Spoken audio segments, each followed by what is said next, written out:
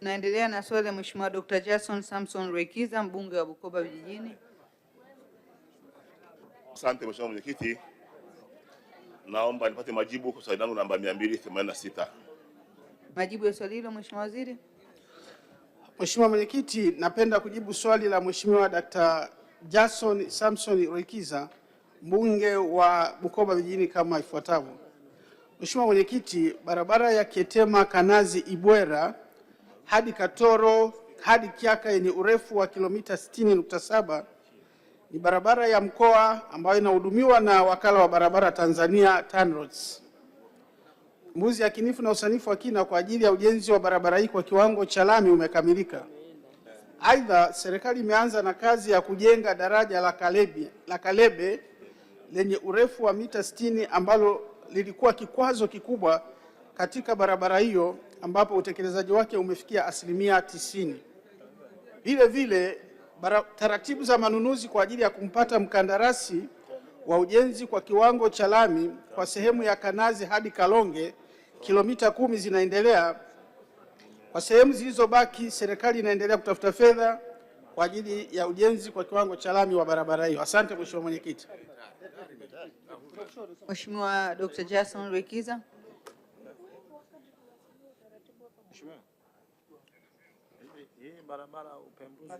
Jaribu kuwasha na kuzima. Nakushukuru sana Mheshimiwa Mwenyekiti kunipa nafasi niulize maswali ya nyongeza. Swali la kwanza, napenda kujua iwapo serikali inafahamu umuhimu wa barabara hii, kwamba ni barabara ya ulinzi inaunganisha mpaka Uganda na Rwanda. Hata vita ya mwaka 72 na 78 ilipigwa kupitia barabara hii.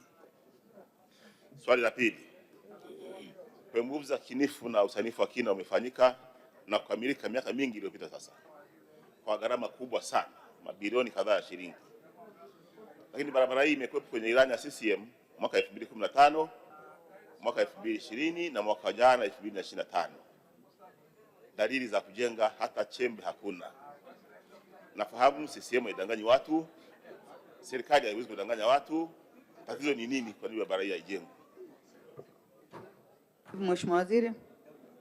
Mheshimiwa Mwenyekiti, niomba Mheshimiwa mbunge swali lile la kwanza sikulipata vizuri, ningependa aweze kulirudia ili niweze kumjibu vizuri.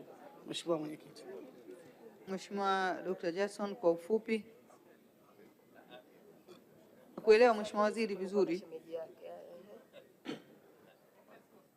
Asante Mheshimiwa Naibu Waziri, swali la kwanza nimesema, je, serikali inafahamu umuhimu wa barabara hii, kwamba huko inakoelekea inaunganisha na nchi ya Uganda na nchi ya Rwanda, na hata vita ya mwaka 72 Idi Amin na 78 ilipigwa kupitia barabara hii?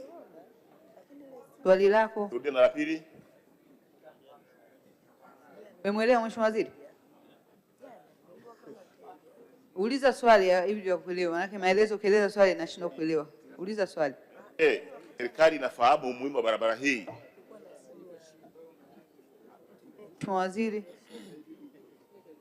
Mheshimiwa Mwenyekiti, naomba kujibu maswali mawili kwa pamoja ya Mheshimiwa Rweikiza, mbunge wa Bukoba Vijijini kama ifuatavyo.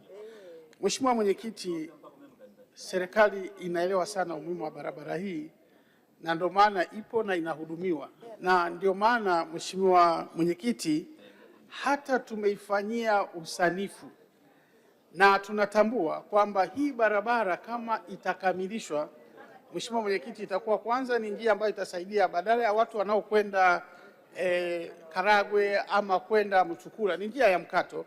Na ndio maana hata katika jibu letu la msingi Mheshimiwa Mwenyekiti, tulikuwa na daraja ambalo ni kikwazo sana, Mheshimiwa anajua, tumejenga katika awamu tunalikamilisha Mheshimiwa Mwenyekiti, tukijua kwamba hiyo barabara ni ya muhimu sana. Kwa hiyo nimhakikishie Mheshimiwa mbunge barabara hii ni muhimu, lakini pia ndio maana hata tumetenga bajeti kuanza kuijenga kwa awamu hizo kilomita 10 kwa kiwango cha lami.